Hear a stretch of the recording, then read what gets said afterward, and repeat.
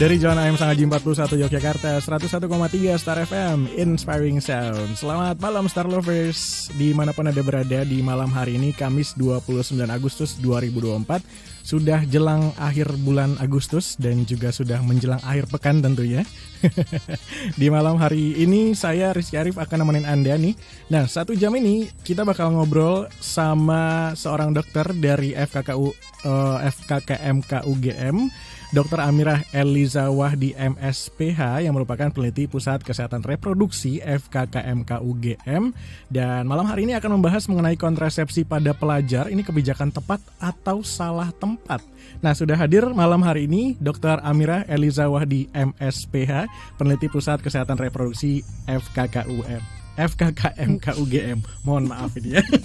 Saya grogi. Selamat malam dokter. Selamat malam. Sehat dokter. Ini agak sedikit sumuk tapi dingin gimana ya malam hari ini ya. Jadi cuacanya kurang enak gitu ya untuk santai ya dokter ya.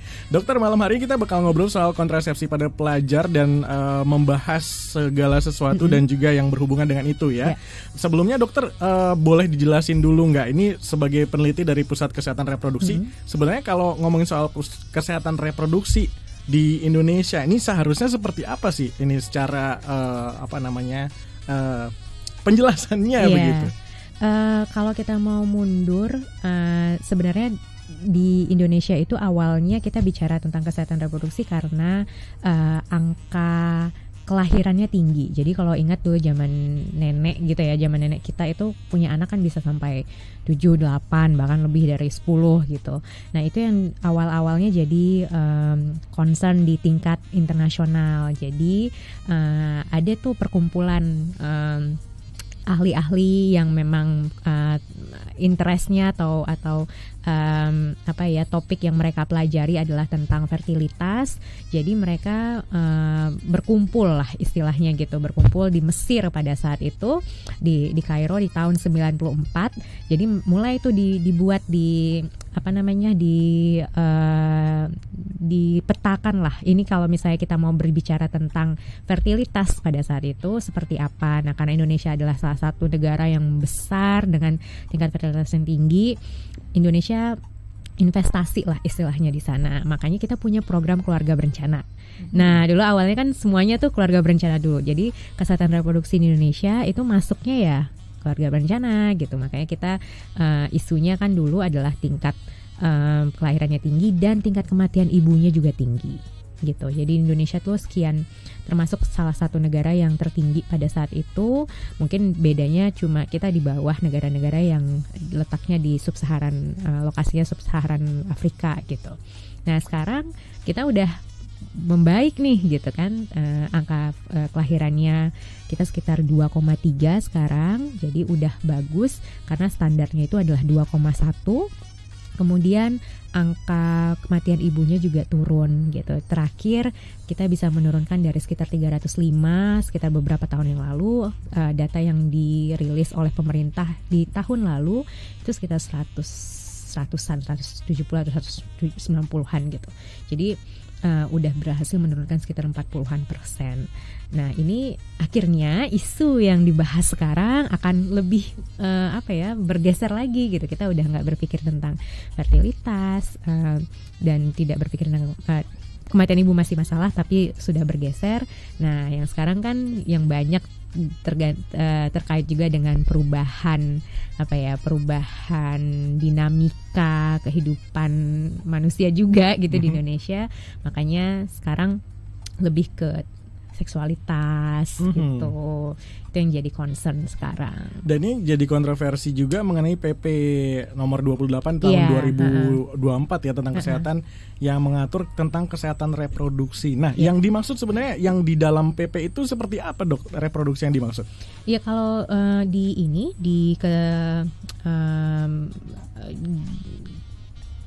pengertian ya, kalau misalnya kita bicara pengertian, kan kesehatan itu adalah kondisi yang memang secara fisik, lahir, batin itu terbebas dari kondisi sakit gitu. Dan itu tidak hanya secara fisik jadinya gitu, tapi juga secara batin, secara emosional gitu.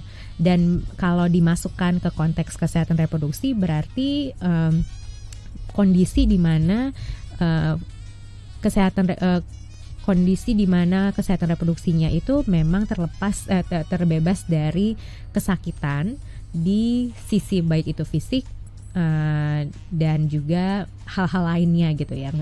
Seperti kan kalau kita bicara tentang kesehatan reproduksi, ada hubungan seksual di sana, berarti kan juga hubungan seksual itu harus bisa menjadi sesuatu yang konteksnya tidak hanya sebagai untuk memiliki anak, tapi memang bisa menjadi sesuatu yang secara batiniah gitu ya, juga fulfilling gitu. Nah itu yang juga masuk ke dalam konsep kesehatan reproduksi itu.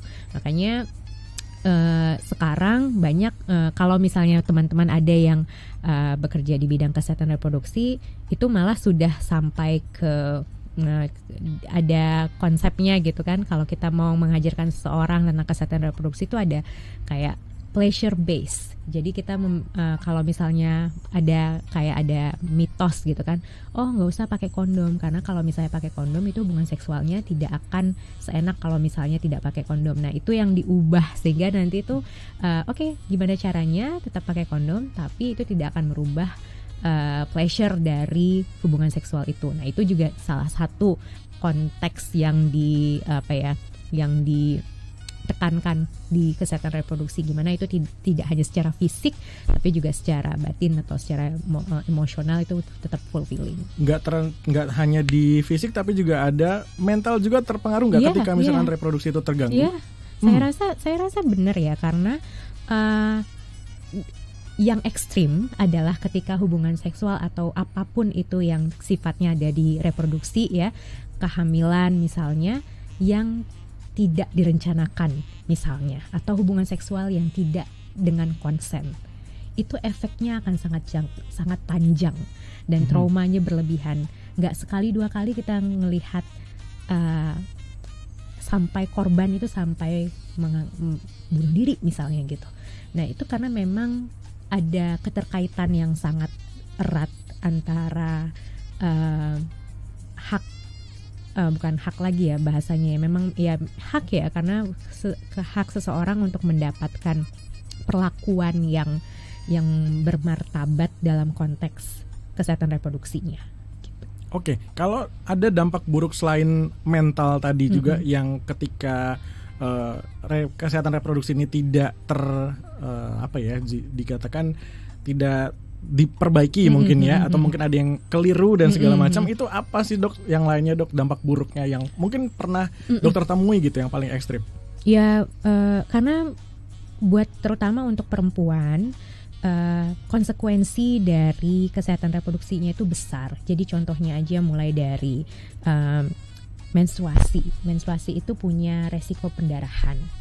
Kemudian menstruasi itu juga nggak yang gampang-gampang aja. Beberapa perempuan itu mengalami kesakitan yang sangat besar. Jadi memang selalu ada efek samping di kehidupannya. Jadi kalau teman-teman yang perempuan tuh mungkin tahu, perempuan itu hidupnya nyaman itu mungkin cuma beberapa hari dalam sebulan, karena habis itu ada fase di mana dia ovulasi, kemudian ada fase dia premenstrual dan macam-macam, itu badannya bisa aur-auran gitu. Belum lagi ketika hamil ya. Belum lagi itu baru menstruasi biasa. Iya, benar. Nah, belum lagi ketika hamil, melahirkan, menyusui. Nah, itu baru proses hidupnya aja gitu ya. Ketika kita masukkan komponen hubungan seksual di sana, keluarga berencana, KB biasanya yang pakai perempuan, dan itu memasukkan hormon ke dalam tubuh perempuan, ada resiko yang mungkin tergantung dari bukti ilmiah yang kita miliki, ada resiko kenaikan tekanan darah, kegemukan, jerawat, kemudian kanker, itu semua perginya ke tubuh gitu. Jadi memang itu kenapa sampai ada yaitu keilmuan sendiri untuk mempelajari hal itu. Baik, ke kontrasepsi nih dokter ya. Kebanyakan memang yang terjadi di luar sana itu memang kebanyakan kontrasepsi yang memakai, ini kita bicara kontrasepsi pencegah kehamilan ya, untuk yang suami istri itu kebanyakan kan perempuan. Yeah. Nah, gimana cara edukasi juga bahwa sebenarnya laki-laki juga harusnya sih juga punya hak dan kewajiban yang sama gitu. Jadi kalau membahas isu ini itu nggak akan bisa terlepas dari isu patriarki. Nah, jadi ini yang akan membuat orang kayak oke. Tapi memang mau nggak mau kita harus membahas di situ gitu. Betul. Kenapa? Karena teknologinya sebenarnya ada. Jadi kita mulai di dunia medis itu beberapa tahun sudah kayak 10-20 tahun terakhir itu banyak sekali terobosan-terobosan untuk mengenai kontrasepsi untuk laki-laki. Entah itu gel, entah itu pil, entah itu suntikan dan segala macam yang sifatnya tidak permanen. Nah, tapi kan untuk mengembangkan ini kita perlu investor, kemudian perlu uji klinis, kita perlu partisipan yang menjadi uji coba, terlibat dalam uji cobanya, dan itu sangat sulit untuk menemukan partisipan ya. Dan kemudian kalaupun sudah ada perusahaan farmasinya mau on board nggak? Nah, karena mereka mungkin merasa ini nggak akan menguntungkan gitu. Jadi itu juga salah satu masalah ya, dan bahkan di Indonesia pun kita kan kesulitan untuk mengajak para laki-laki yang mau vasektomi nggak misalnya ya. Kalau misalnya memang dirasa cukup gitu, sudah oke, saya nggak mau punya anak lagi, mau vasektomi, itu susah. Dan susahnya itu kalau kita mau jujur bicara, itu nggak cuma dari klien, dari pengguna, tapi juga dari tenaga kesehatannya. Nggak sedikit orang yang cerita, saya mau vasektomi, cowok nih, saya mau vasektomi. Kenapa? Kan masih muda. Kalau misalnya nanti istri bapak meninggal, bapak nikah lagi, bapak nggak mau punya anak. Saya pernah dapat cerita itu.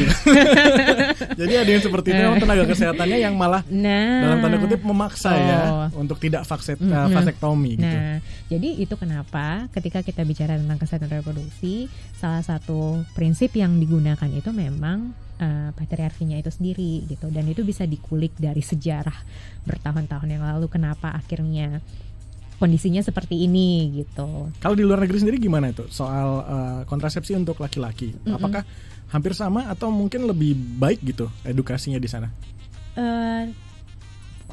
Kalau misalnya kita bicara tentang kontrasepsi, isu seperti ini selalu akan terkait dengan politik. Jadi akan tergantung dengan status politik negaranya. Jadi kalau kita lihat contohnya Amerika Serikat. Nah, Amerika Serikat itu tergantung dari siapa presidennya.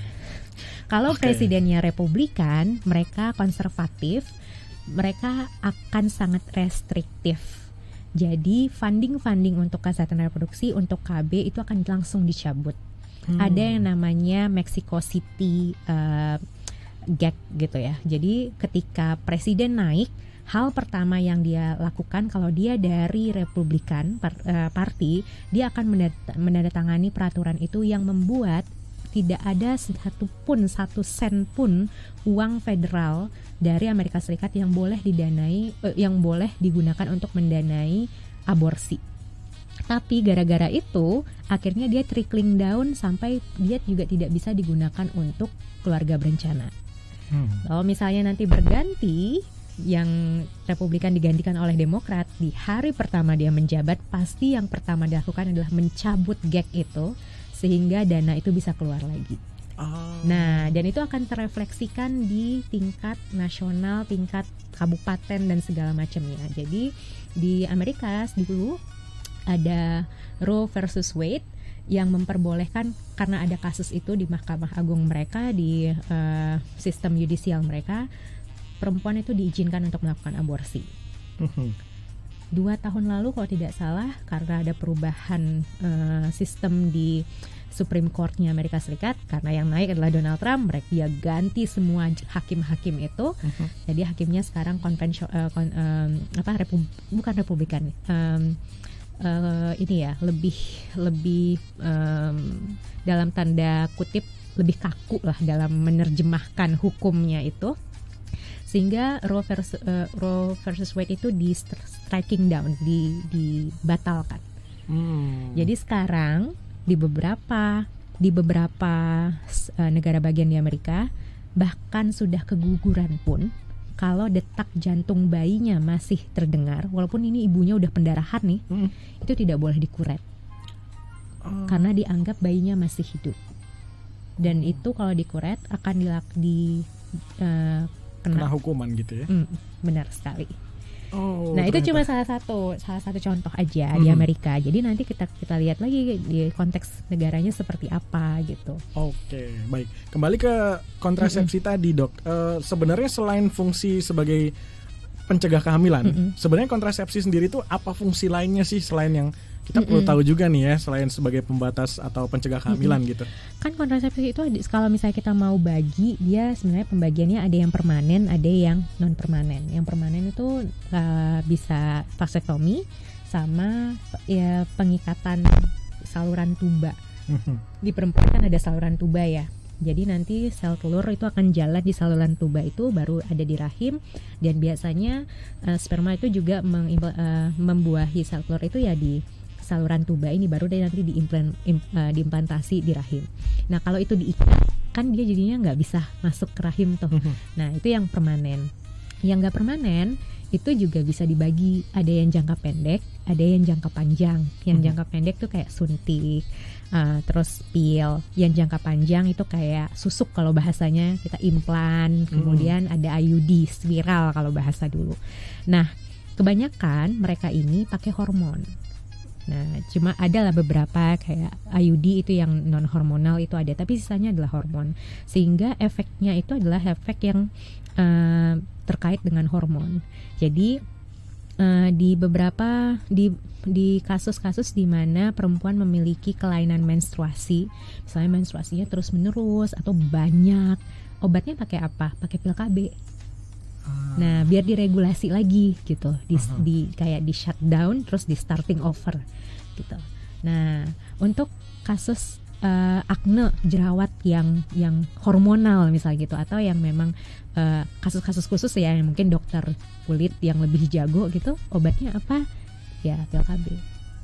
Jadi bukan cuma pencegah kehamilan ya. Bukan. Ada lebih dari itu sebenarnya ya. Karena yang saya tahu ya, saya tahu itu memang hanya sebatas pencegah kehamilan aja gitu.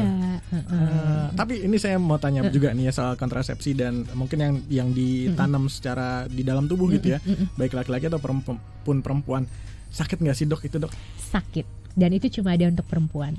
Laki-laki itu cuma di vasektomi aja. Dan vasektomi itu cepat ya. Sekarang ada vasektomi yang gak pakai pisau, non-scalpel vasektomi. Tapi, nah ini lagi kenapa kita akhirnya bicara kayak kenapa orang-orang yang kerja di bidang kesehatan reproduksi itu kayaknya pengen marah aja gitu kan. Karena kita nggak punya prop ya. Mungkin ada baiknya kalau penasaran coba di googling alat-alat medis yang digunakan untuk melakukan insersi IUD. Itu benar-benar kayak gerigi yang akan dijepitkan di serviksnya perempuan, dan itu akan menghasilkan pendarahan. Itu nggak pakai bius. Padahal kalau kolonoskopi memasukkan kamera ke dalam usus gitu ya, lewat dubur, dibius total.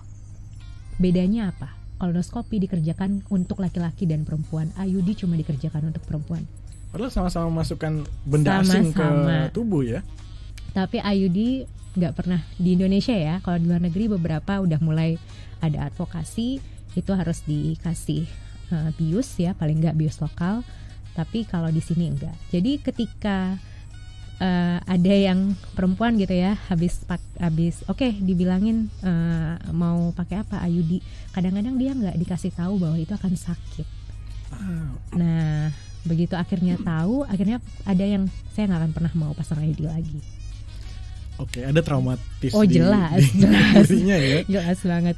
Dan itu memang harusnya sebagai tenaga kesehatan harusnya memberikan informasi karena itu dulu. Mungkin bahkan itu tidak tidak menjadi tidak menjadi hal penting. Sama kayak saya nggak tahu ini bapak-bapak udah pernah nemenin istrinya melahirkan. Jadi kalau misalnya dulu ya, mungkin harapan saya sekarang udah lebih baik. Masih ada tuh yang ketika sudah selesai melahirkan ada yang dijahit kan, dijahit itu nggak dikasih obat bius. Pikirannya apa? Udah ngelahirin lebih sakit daripada ngejahit ini. Padahal itu nggak benar sama sekali. Dan apa sih masalahnya tidak mengizinkan orang untuk bisa merasakan sakit yang lebih rendah gitu ya, untuk bisa menghilangkan rasa sakit itu kan buat kita, ya itu harusnya itu adalah menjadi hak gitu. Nah tapi itu nggak diberikan, malah dikasih husband stitch yang harusnya jahitannya 3 ditambahin 4 biar rapet, nggak ada gitu sebenarnya. Jadi itu yang akhirnya ya semuanya akhirnya berkelindan di sana gitu. Tapi itu terjadi di bertahun-tahun ya, maksudnya belum ada yang kayak memutus rantai itu gitu, atau mungkin sudah pernah ada untuk perubahan. Teman-teman yang bekerja biasanya di advokasi, ya teman-teman NGO, salah satunya kalau di Indonesia tuh mungkin kayak PKBI ya, Persatuan Keluarga Berencana Indonesia. Kemudian ada banyak NGO lain yang memang isunya adalah kesehatan reproduksi, dan teman-teman yang ya seperti saya dan kolega-kolega lain yang memang belajar mengenai kesehatan reproduksi itu memang jadi concernnya kita. Tapi balik lagi, yang hal ini terjadi di setting klinik. Nah, setting klinis ini wewenangnya teman-teman tenaga kesehatan yang memang bersisian dengan pasien.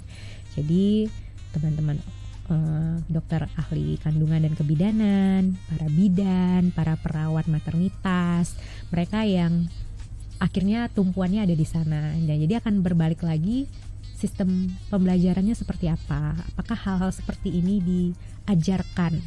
Bagaimana caranya men-treat perempuan dengan harga dirinya biar intact gitu ya. Karena kalau saya ingat kalau dulu ketika di stase obsgin, perempuan itu banyak yang mendapatkan perlakuan yang tidak baik ketika melahirkan. Jadi kayak dimarah-marahin yang nggak penting gitu loh. Nah itu, sehingga itu ada risetnya sendiri. Ada apakah pelayanan yang diterima itu respectful atau enggak. Itu ada growing bidang yang sedang tumbuh sekarang. Jadi untuk belajar ini pelayanan kita tuh udah masuk sebagai pelayanan yang punya harkat dan martabat nggak sih, yang memanusiakan manusia nggak sih gitu. Oke. Seru banget nih Star Lovers ya. Ternyata memang banyak banget hal yang perlu kita ketahui Star Lovers ini sebagai edukasi. Dan juga tentu Anda kalau misalkan mau bertanya boleh di 0818621013 dan juga via Instagram @starjogjafm. Dokter, sebelum kita lanjut ke sesi berikutnya dan kita bakal membahas soal kontrasepsi dan sebagainya, kita istirahat dulu ya dokter ya. Baik, untuk Star Lovers yang pengen bertanya silahkan langsung di 0818621013. 101,3 Star FM Inspiring Sound, masih di Health Talk bekerja sama bareng FKK MKUGM Star Lovers. Dan malam hari ini saya masih bersama Dr. Amirah Eliza Wahdi MSPH, peneliti dari peneliti kesehatan reproduksi ya dokter ya, dari FKK MKUGM. Dokter, ini terkait kontrasepsi ternyata banyak banget yang memang harus dijelaskan ya, dan juga diedukasi buat yang mungkin belum pernah tahu. Tapi kita bakal membahas soal kontrasepsi di mana pro dan kontra di masyarakat yang untuk remaja ini nih Star Lovers. Jadi sebenarnya apa yang bisa dijelaskan dari PP itu? Jadi PP ini sebenarnya menarik ya, karena sebenarnya sudah ada niatan pemerintah untuk memastikan bahwa hak-hak reproduksi semua lapisan masyarakat itu tercakupi. Jadi tidak hanya, kalau kita lihat kan sesuai dengan perjalanan hidup. Jadi dari anak-anak, remaja, bayi, anak-anak, remaja, dewasa, lansia gitu. Nah, kalau kita bicara tentang kesehatan reproduksi, sebenarnya kan bagian dari tumbuh kembang juga gitu. Jadi taruhlah kita bicaranya mulai dari konteks remaja gitu. Nah, pemenuhan hak reproduksinya seperti apa? Nah, yang paling dasar kan sebenarnya pengetahuan pengetahuan reproduksinya seperti apa gitu. Nah ini yang spiritnya pemerintah adalah semangatnya untuk memenuhi hak kebutuhan pengetahuan untuk remaja gitu. Akhirnya dimasukkanlah pernyataan bahwa kelompok remaja pun itu harus diberikan pendidikan kesehatan reproduksi, dan itu juga masuk ke bagi siapapun di Indonesia yang masuk ke kelompok penyandang disabilitas. Itu juga dijelasin, termasuk ada komponen kesehatan reproduksi untuk teman-teman penyandang disabilitas gitu. Jadi ini prinsipnya tuh udah bagus. Tapi yang namanya kesehatan reproduksi itu kan berhubungan dengan banyak hal, dan salah satunya adalah pasti agama. Nah jadi akan selalu ada pushback atau perlawanan dari teman-teman yang sudut pandangnya akan dari agama. Ada ketakutan kalau misalnya diberikan pendidikan kesehatan seksual itu nanti remajanya akan malah melakukan seks bebas misalnya, seperti itu. Atau contohnya lagi kemarin itu yang juga banyak ketika kita bicara tentang undang-undang tentang kesehatan kekerasan seksual. Jadi penghapusan kekerasan seksual. Itu kan ada poin di mana yang disebut pemerkosaan itu apa sih gitu kan, poinnya konsen kan. Tapi akhirnya ada yang melawan itu, mengatakan bahwa kalau misalnya belum menikah tapi sama-sama konsen berarti boleh gitu. Nah, secara prinsip iya boleh, kita gak akan kita mau ngecek isi kamar masing-masing gitu kan, enggak gitu ya. Nah, tapi ini adalah dinamika yang biasa sebenarnya, sehingga idealnya ketika kita membuat sesuatu seperti ini ya, hukum apapun itu harus ada semua stakeholders, ada pemangku kebijakan gitu kan, untuk duduk bersama mencari jalan tengahnya. Jalan tengah dari peraturan ini adalah kita masukkan gitu, tapi ada klausulnya lagi. Remaja itu nanti dapat yang seperti apa gitu kan. Jadi kesehatan reproduksi yang waktu itu kalau nggak salah ada poin larangan di bagian yang lain gitu ya, di bagian UU yang lain atau PP yang lain, bahkan tidak boleh alat kontrasepsi itu tidak boleh dipertunjukkan. Nah, jadi kecuali untuk kebutuhan advokasi atau pendidikan. Jadi makanya kalau misalnya kita bahkan nggak bisa lihat bentuknya kayak apa gitu. Padahal kan sebenarnya orang perlu tahu. Iya. Ya, orang perlu tahu gitu kan. Nah, ini yang jadi poin juga gitu. Nah, balik lagi yang ke sini. Akhirnya pertanyaannya, ini remaja yang harusnya belum berhubungan seksual, kenapa kok dikasih pengetahuan tentang kesehatan reproduksi? Karena bagi pihak yang kontra untuk pemberian informasi mengenai keluarga berencana kepada remaja, mereka mikirnya mereka belum nikah, ya udah nggak perlu. Tapi bagi pihak yang merasa bahwa ini adalah pengetahuan itu adalah haknya si remaja, mereka harus tahu sehingga mereka bisa melindungi diri mereka dari apapun itu gitu. Termasuk yang paling sayang itu kan kalau misalnya akhirnya karena ketidaktahuannya itu jadi rentan terhadap eksploitasi orang gitu. Nah, ini yang jadi tarik ulur. Nah, akhirnya di sini di PP ini kan disebutkan bahwa pelayanan tentang KB ini, karena di Indonesia yang namanya KB itu untuk pasangan suami istri. Nah, KB itu KB di Indonesia itu gratis. Dan itu sudah ada budgetnya, makanya kita punya BKKBN, tapi hanya untuk pasangan suami istri yang sah di mata negara. Sehingga kalau nikahnya di bawah tangan, tidak bisa menunjukkan buku nikah, itu tidak akan bisa mendapatkan pelayanan. Apakah bisa tapi nggak gratis atau gimana tuh? Bisa tapi nggak gratis. Oh, ya, okay. Ya. Jadi bisa tapi nggak gratis. Akhirnya tidak bisa di cover gitu istilahnya. Tapi masalahnya kenapa? KB itu juga nggak murah. Nah, jadi untuk IUD itu bisa jutaan. Nah, mahal ya ternyata mahal. Walaupun lebih mahal lagi punya anak. Iya ya, benar itu. Harta yang paling berharga. Tuh, pil KB juga lumayan kalau beli sendiri. gitu. Jadi ya namanya obat kan. Nah, jadi ya boleh, bisa, tapi bayar sendiri gitu. Dan untuk mencari, balik lagi, untuk mencari tenaga kesehatan yang open terhadap itu juga gak gampang. Mereka kadang nanya juga tuh, loh mbaknya kan belum nikah, kenapa butuh pasang ayudi misalnya gitu kan. Betul. Nah jadi akhirnya di poin ini balik lagi, isunya adalah remaja kenapa harus dikasih penelitian tentang KB gitu. Takutnya nanti dipakai untuk hal-hal yang tidak benar. Nah, jadi poin masalahnya sebenarnya di sana. Jadi yang jadi kekhawatiran umum yang terhadap kontra itu sebenarnya ke situ ya, ke remaja yang akan disalahgunakan, takutnya disalahgunakan gitu ya. Padahal sebenarnya bagi kami yang bekerja di bidang ini, kita bisa ngasih banyak sekali bukti yang menunjukkan bahwa nggak akan seperti itu gitu. Mereka ya bahkan digunakan untuk melindungi diri sendiri gitu. Jadi sama seperti ini, prinsipnya adalah harm reduction. Jadi kalau di HIV itu ada program bagi-bagi jarum suntik. Kenapa? Karena jarum suntik itu harusnya sekali pakai kan. Sekali pakai, nggak boleh dipakai kedua kali, 3 kali, apalagi bagi-bagi. Karena dari sana nanti dia bisa kena hepatitis, bisa kena HIV gitu. Jadi kita bagikan. Itu kan sebenarnya kita mencegah kalian mau pakai narkoba, nih jarumnya. Enggak. Nah, bukan itu yang dilihat, tapi iya. adalah kalau kalian harus menggunakan jarum suntik, pakailah jarum suntik yang steril, sehingga kalian tidak membahayakan diri kalian atau membahayakan orang lain. Sama, prinsipnya seperti itu. Kita nggak akan bisa tanggung jawab 24 jam 7 hari terhadap anak-anak remaja ini. Mereka kalau mau ngerjain sesuatu ya mereka bakal tahu aja caranya gitu.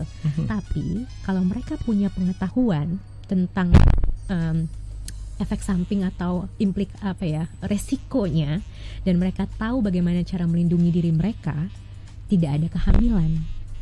Itu prinsipnya sebenarnya. Lebih ke tindakan preventif dulu dulu gitu.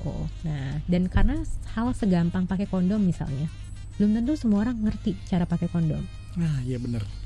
Apalagi nggak ada bentuknya seperti apa ya. Makanya mereka bahkan kayak kayak gitu. Karena saya tiap kali, kalau misalnya saya dapat sesi tentang ISK gitu ya, infeksi menular seksual atau tentang kesehatan reproduksi, saya pasti bawa kondom dan saya tanyain, mana yang kalian pernah lihat nggak sih sebelumnya?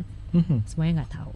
Begitu dibuka, kalian tahu nggak apa yang harus kalian kerjakan untuk bisa, karena di KB itu ada yang namanya usual use gitu ya, ada yang namanya perfect use. Dia cuma bisa mencegah kehamilan dengan baik kalau dilakukan dengan sempurna. Pil itu harus diminum di jam yang tepat, harus nggak boleh miss gitu, nggak boleh hilang-hilang gitu ya, sehari ini minum tertentu gitu ya. Itu tuh nggak bisa. Jadi orang biasanya pakai alarm tuh, minum pil. Sama pakai kondom juga kayak gitu. Kalau enggak dia bisa pecah. Ya kalau pecah ya sama aja bohong gitu kan. Nah kalau misalnya bahkan nggak tahu, terus ya nggak, fungsi protektifnya kan hilang. Nah mau diajarin kapan? Itu dia pertanyaannya sekarang. Sudah terlambat kapan? Takutnya ya. Nah itu. Nah terkait dengan data kehamilan pada remaja nih dokter, mungkin bisa dijelaskan trennya saat ini dok? Nah ini memang sebenarnya kalau dilihat dari ini agak jadi gini, kalau kita di Indonesia itu nggak punya civil registrasi pencatatan sipil yang real time. Jadi kita kan pakainya sensus gitu ya, sensus. Kemudian kebanyakan pun pernikahan itu bisa di bawah tangan, ya kan, tidak harus dicatatkan ke negara karena satu dan lain hal. Jadi memang kalau dilihat sekarang ini berdasarkan ini ya, yang dijadikan patokan itu adalah SDKI, Survei Demografi dan Kesehatan Indonesia. Dari sana kita tahu SDKI yang terakhir itu 2017. Harusnya 2022 itu ada SDKI. Tapi sampai sekarang saya yang nggak update ya, tapi sepertinya kita masih belum keluar sampai sekarang SDKI yang terbaru. Nah kalau dibandingin, SDKI ini dilakukan per 5 tahun. Jadi 2017 5 tahun sebelumnya 2012. Kalau kita lihat ada peningkatan sih, cuma mungkin nggak yang sedrastis yang dulu-dulu yang jadi bandingin 2012 ke 2017 itu ada peningkatan. Tapi memang yang tidak, ya peningkatannya tuh masih ya oke lah gitu kan. Tapi peningkatan itu kan dari persentase gitu ya. Kita lihat jumlahnya. Persentasenya sih mungkin cuma naik sekian persen atau sekian 0, sekian. Tapi penduduk kita kan banyak. Betul. Jadi kalau dikali ya banyak juga gitu. Yeah. Nah, masalahnya adalah kalau kehamilan itu terjadi di masa remaja, implikasi jangka panjangnya itu besar. Jadi ketika remaja yang harusnya mereka bisa sekolah selesai, kemudian berkontribusi terhadap ekonomi negara gitu ya, entah yang satunya mau jadi guru, satunya jadi mau insinyur segala macamnya, itu ketika mereka harus menikah dan tidak ada support dari keluarga yang mumpuni, ini kan hidupnya udah berhenti di sini nih. Betul. Nah, jadi kerugiannya itu nggak cuma kerugian bagi mereka berdua, kerugiannya adalah tingkat ekonominya kita bisa hitung karena produktivitasnya turun. Nah, kemudian balik lagi anaknya mereka, karena kebanyakan pernikahan yang terjadi di usia remaja dan karena kehamilan yang tidak diinginkan akan berakhir dengan perceraian. Nah, ini nanti anaknya seperti apa? Dilahirkan oleh orang tua yang mungkin nggak siap sama sekali, dan kemudian juga eyang-eyangnya juga saling berantem aja nih, salah anaknya kamu, salah anakmu dan segala macam. Dan ya masa depan seperti apa yang akan dia hadapi? Nggak ada ujungnya, benang kusut banget ya. Makanya ini kenapa sangat penting untuk kalau bisa dicegah gitu. Oke, terkait dengan ini banyak juga ya mungkin ya fakta-fakta yang mengenai remaja yang mungkin gonta-ganti pasangan dan segala macam, aktif secara seksual walaupun sebenarnya belum menikah gitu, dan itu otomatis dampaknya atau resikonya adalah terkena infeksi. Tadi dokter juga sudah menyinggung IMS atau infeksi menular seksual. Nah, sebenarnya ada juga nggak sih hubungannya atau korelasinya antara kontrasepsi dengan IMS itu sendiri, dok? Nah, jadi ini lagi, kalau saya tuh selalu kenapa sangat-sangat penting karena jadi hubungan seksual itu resikonya besar. Kan, resikonya besar. Oleh karena itu kalau resikonya besar, butuh ilmu yang cukup gitu sebelum memutuskan untuk melakukan hubungan seksual.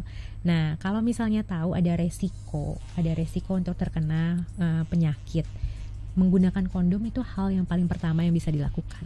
Karena kalau ada kondom, ada barier, ada penghalang sehingga tidak ada pertukaran sel atau cairan yang semasif kalau misalnya nggak menggunakan kondom. Jadi itu kenapa pakai kondom tuh ya wajib gitu sebenarnya.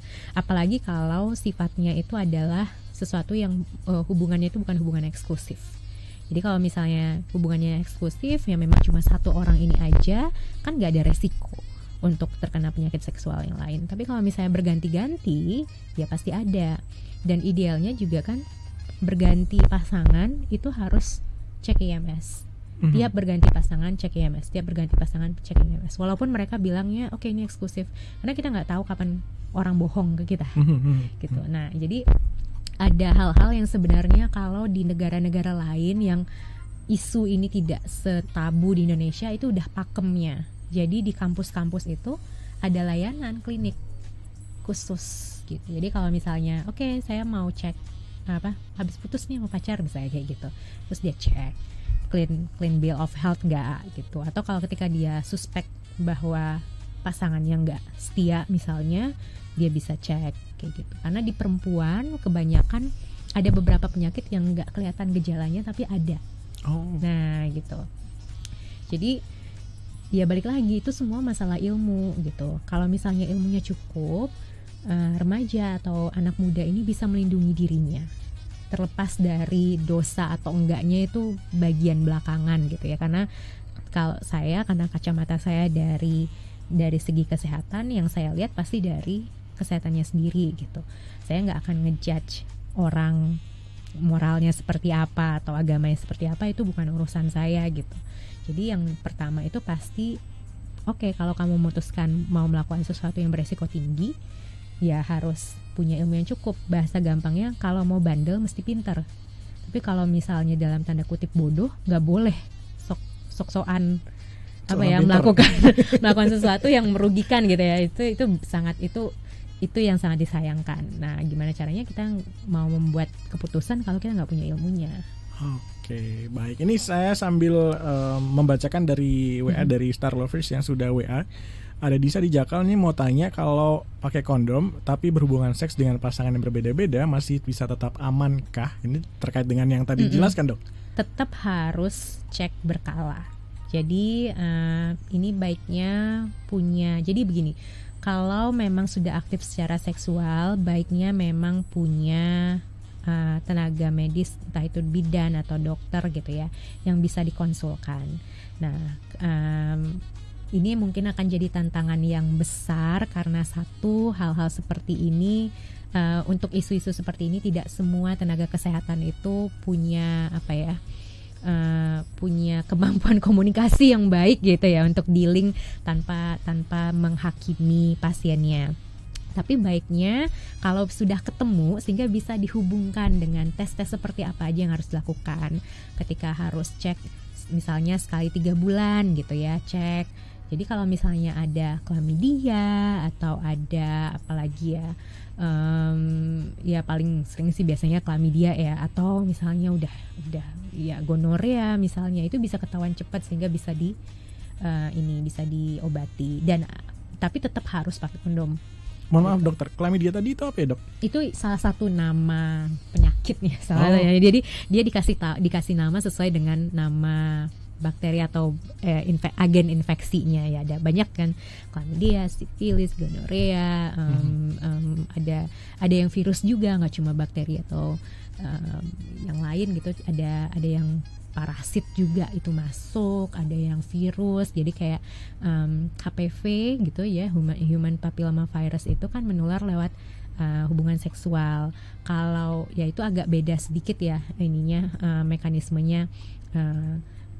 Ya itu kenapa HIV itu kan virus ya, HIV itu virus, kemudian HPV virus. HPV kalau misalnya dia terpajan lama itu nanti bisa kanker serviks. Itu kenapa? Oke, ini udah aktif secara seksual, jangan lupa pap smear, itu wajib. Jadi kalau misalnya sudah aktif secara seksual, ulang tahun kadonya udah bukan apa-apa lagi, kadonya adalah pap smear untuk diri sendiri paling nggak sekali 3 tahun. Tuh, jadi ya makanya ada banyak yang harus dikerjakan, terutama buat perempuan gitu. Karena ya yang bisa kena kanker serviks cuma perempuan. Laki-laki nggak bisa. Dokter, terkait dengan tadi ya penyakit ini, ada Kira yang tanya infeksi yang ditularkan seperti HIV, AIDS, chlamydia, gonorrhea, sifilis dan lain-lain itu memang penting untuk melakukan tes secara rutin jika aktif secara seksual. Nah, berapa kali perlu dilakukan tes untuk meyakinkan bahwa hasil tersebut benar adanya gitu? Kalau ini saya jujur saya nggak terlalu keep up dengan guideline, karena kalau di dunia medis itu kita punya panduan, dan panduan itu bisa berganti setiap saat gitu ya, karena diupdate terus sesuai dengan keilmuan yang terbaru. Oleh karena itu memang baiknya konsultasi. Jadi nanti dokter obsgin atau bidan itu mereka lebih tahu sekarang rekomendasinya seperti apa. Jadi nanti biasanya sih, dan kalau tergantung, dan itu juga tergantung dari tesnya seperti apa. Kalau tesnya, jadi contohnya untuk HPV ya, bagi yang aktif secara seksual, pap smear misalnya, pap smear itu harus diulang tiap 3 tahun atau 5 tahun gitu, tergantung dari umur dan kondisinya. Tapi kalau pakai tes DNA itu sekali seumur hidup cukup. Nah, jadi akan banyak variasi yang bisa muncul ya, tergantung dari kondisi si pasiennya sendiri, kliennya sendiri, hasil yang didapatkan, sama modalitas atau tes yang digunakan. Jadi baiknya memang konsultasi gitu. Kalau misalnya ini gunanya tanya menanya gitu ya. Jadi kita window shopping itu termasuk ke dokter juga. Jadi coba dulu cocok nggak sama dokter ini. Kalau misalnya nggak cocok, ganti lagi, dan tanya-tanya kemana dokter yang kira-kira komunikasinya bagus, nggak judgmental. Nah, kayak gitu itu penting. Itu cocok-cocokan soalnya, beneran. Iya, baik. Ini satu lagi, Ahmad di Bantul yang bertanya, ini berarti sebetulnya lebih penting pendidikan seksual dong daripada ngasih alat kontrasepsi ke remaja. Benar sekali. Pemberian informasi tentang alat kontrasepsi itu hanya sedikit dari pendidikan seksual.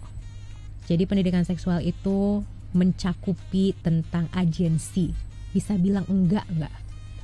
Makanya banyak yang kayak kena pressure, nggak cuma sama pasangan tapi sama sekitar. Teman-temanku semuanya udah ciuman. Teman-temanku semuanya udah kayak gini gitu. Nah kalau buat remaja, kalau mereka nggak diajarin bahwa it's okay punya agensi, orang lain boleh ngerjain, kita enggak. Dan kalau misalnya kamu nggak suka pasangan kamu ngerjain kayak gitu, pacar kamu ngomong kayak gitu, kamu bisa bilang enggak. Nah itu adalah topik pertama yang diajarkan. Jadi benar-benar menghargai diri sendiri dulu gitu. Nah baru nanti dikasih tahu mana yang boleh, mana yang enggak, dan dikasih tahu definisinya itu seperti apa sehingga dia bisa melindungi diri sendiri gitu. Bikin benteng dulu yang kokoh gitu ya gitu. Baru. Idealnya yaitu balik lagi, hal seperti ini harus bareng-bareng antara anaknya ini tadi, guru, karena kebanyakan waktunya si anak-anak ini sampai kita paling enggak sampai kita SMA ya, itu kan habisnya di sekolah. Nah jadi guru juga harus keep up nih sama hal-hal seperti ini, dan orang tua atau wali, karena kalau ada apa-apa kan kita nanya. Kalau misalnya nggak ada yang ditanyain atau yang ditanya cuma au gitu kan bingung juga gitu. Jadi memang saya setuju. Jadi termasuk untuk mengantisipasi misalnya jadinya tahu menstruasi yang normal itu seperti ini. Dan menstruasi itu walaupun terjadi sama perempuan, nggak cuma perempuan yang harus tahu, yang laki-laki juga harus tahu. Jadi ngerti gitu ya. Saya bukannya mau gimana. Ingat nggak dulu ada kejadian, ada artis ya ini deh selebriti lah ya, nikah, istrinya hamil, terus dia nggak percaya kalau itu anaknya.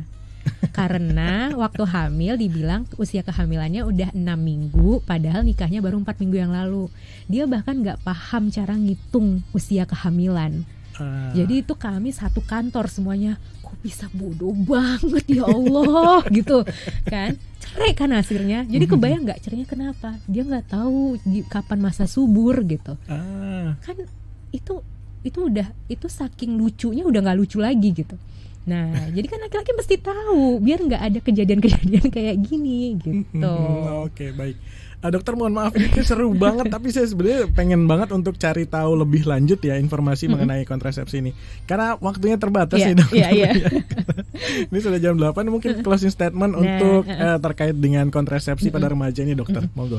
Saya sih sebenarnya sangat men-encourage semua orang untuk, karena ini kan badan masing-masing. It's okay untuk belajar tentang badan kita masing-masing gitu. Dan terutama kalau misalnya porsinya adalah sebagai orang tua atau wali dari anak-anak gitu ya, itu sangat penting untuk bisa tahu, karena sekarang kita keep up-nya harus dengan teknologi gitu. Kalau misalnya kita udah berani ngasih gadget kepada anak di usia dini, kita harus siap sama pertanyaan-pertanyaan mereka, termasuk tentang hal-hal seperti ini. Jadi ya memang sederhana untuk belajar. Nah sekarang masalahnya belajar di mana kan gitu. Saya jadi gini, ada keterbatasan memang di sisi bahasa. Ilmu-ilmu yang lebih update, yang lebih mungkin didesain khusus untuk orang tua gitu misalnya, kebanyakan tuh dari luar negeri. Sehingga bagi yang bisa atau fasih atau paham bahasa Inggris, itu lebih banyak menu yang bisa dipelajari. Yang favorit saya itu dari Planned Parenthood. Jadi kalau misalnya kita googling Planned Parenthood, itu bahasa Indonesianya sebenarnya PKBI ya. Kalau di Indonesia itu PKBI. Planned Parenthood itu dia punya modul khusus untuk orang tua, cara menjelaskan the birds and the bee. Kalau biasanya kalau di luar negeri itu jelasnya kayak gimana, kayak segampang, mah kok aku punya adik lagi gitu, mama kok bisa punya adik di dalam perut, itu gimana caranya jelasinnya ke anak, itu gimana. Itu gratis ya? Itu bisa jadi website gitu, kita bisa baca website, gitu. Nah di Indonesia ini mungkin saya juga kekurangan saya kayak gitu ya, saya karena mungkin udah frustasi duluan, saya nggak banyak tahu gitu.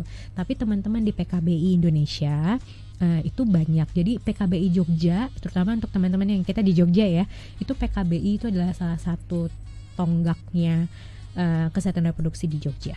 Dan ada Angsa Merah juga, klinik Angsa Merah. Untuk yang remaja di Jogja ini ada Unala, klinik Unala. Jadi nanti tuh bisa di Instagram nih. Kalau sekarang anak muda tuh dia Instagram, nggak Twitter atau googling biasa Instagram. Nah itu mereka punya banyak banyak informasi di sana di Unala itu.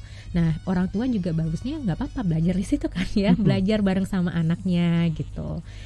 Mungkin juga nanti bisa dibuat salah satu, kalau misalnya nggak tahu ya, kalau zaman saya dulu kan masih ada persatuan orang tua murid tuh, orang tua gitu ya, POT yang kayak gitu. Ya mungkin di sekolah salah satunya perlu ada pelatihan untuk orang tua. Kalau kita mau bicara kayak gini gimana gitu, pilihlah yang senyamannya ya, karena kita juga belajar. Tapi ya kalau prinsip saya sih, daripada taunya dari orang lain yang mungkin value-nya beda, karena balik lagi kita punya value masing-masing kan gitu. Jadi kita punya nilai-nilai sendiri yang mau kita tanamkan ke anak, ya berarti kita yang harus ngajarin. Betul. Nah, berarti kita mesti tahu dulu. Ini cek dulu nih orang tua udah yakin belum punya pengetahuan yang cukup gitu untuk ngasih tahu anak-anaknya. Nah, jadi memang harus sama-sama belajar. Baik. Dokter Amira, terima kasih insight-nya hari ini, banyak banget tercerahkan ya tentang edukasi juga, apalagi kontrasepsi ini penting banget. Part 2 deh nanti. Mudah-mudahan part 2 ada lagi ya, bakal ngobrolin banyak tentang hal ini, dan juga tentunya edukasi ini penting banget ya buat Star Lovers ya. Terima kasih sudah hadir ke Star FM malam hari ini. Kita ketemu di lain kesempatan, dokter. Sehat-sehat selalu, dokter. Sama-sama. Selamat malam, dokter. Selamat malam. Star Lovers, terima kasih sudah bergabung di Health Talk bersama FKK MK UGM kerjasama dengan Star FM. Dan malam hari ini kita ngobrol banyak banget ya, tapi karena waktunya terbatas, jadi saya Rizky Arif harus undur diri dari Health Talk malam hari ini. Sampai ketemu di lain kesempatan. Selamat malam.